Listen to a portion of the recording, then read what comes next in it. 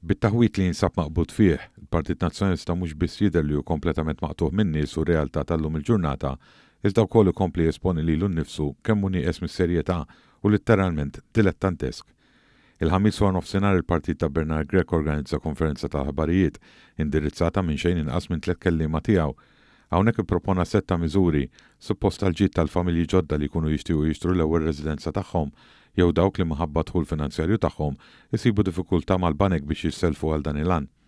Minkejja dan il-pjani tal-Partit Nazzjonalista kemm il-darba jingħata l-fiduċja wara l-elezzjoni ġenerali li jmiss xi sentejn oħra diġà ilhom skaduti snin.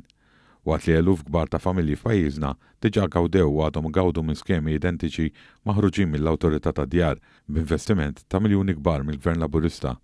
Dan anke waqt il-konferenza tal-aħbarijiet il-kellima nazzjonalisti Bernice Bonello, Ivan Bartolo u Albert Buttigieg saħħu li l-gvern għandu politika falluta f'dan ir-rigward.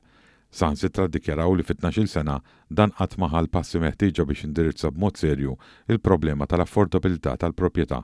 Meta resqu l-proposti tagħhom it-tliet deputati tal-Oppożizzjoni elenkaw b'tant pompożità l-miżuri mmirati li żjed tal-first time buyers biss bil-kliem għotjiet u skemi ta' għajnuna għal min qed jixtri l-ewwel dar, skemi ta' self brati aktar favorevoli, il-ħolqien ta' aktar proprjetajiet affordabbli, kollaborazzjoni mal-banek biex jipprovdu self brati favorevoli f'termini aktar flessibbli u eliminazzjoni jew tnaqqis drastiku tat-taxxa fuq l-ewwel 200,000 euro tal-valur tal-proprjetà.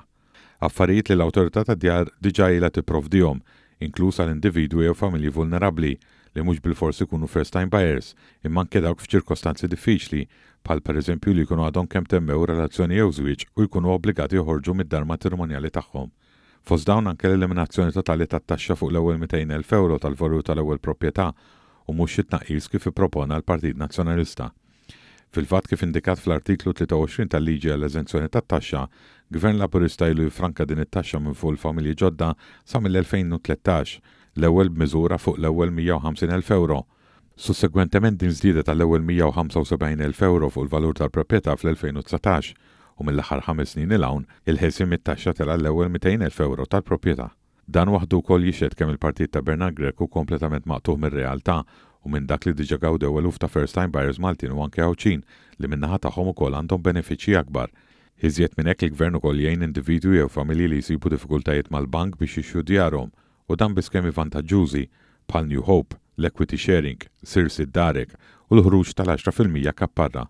Ironikament waqt li qed iwiegħed li bih fil-Gvern jibni postijiet ta' akkomodazzjoni ġodda għal min ma jaffordjax, il-Partit Nazzjonalista kienu għadu qed jattakka l-programm ta' ċittadinanza b'investiment li ddaħħal 11-il sena ilu u bis-saħħa tiegħu ġew investiti miljuni kbar fil-bini bla preċedent ta' mijiet ta' postijiet ta' akkomodazzjoni f'diversi lokalitajiet fil-pajjiż.